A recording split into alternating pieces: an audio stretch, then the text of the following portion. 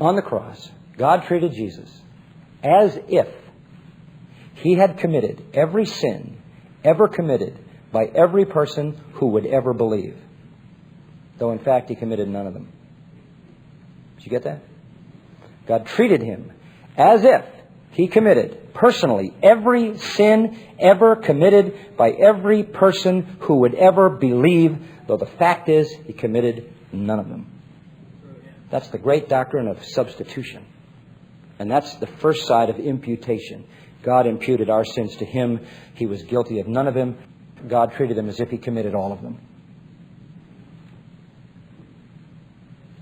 And He just unloaded His fury for all the sins of all the people who would ever believe in Him in the history of the world. He unloaded all His fury against all their sins on Christ.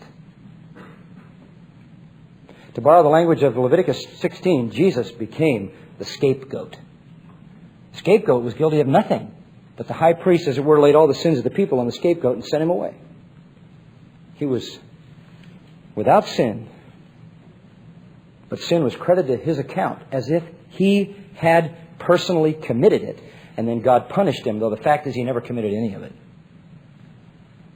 That's imputation. That's imputation. That's the first side.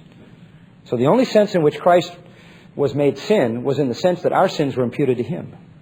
God treated Him as if He was guilty, but He wasn't. You were. You were.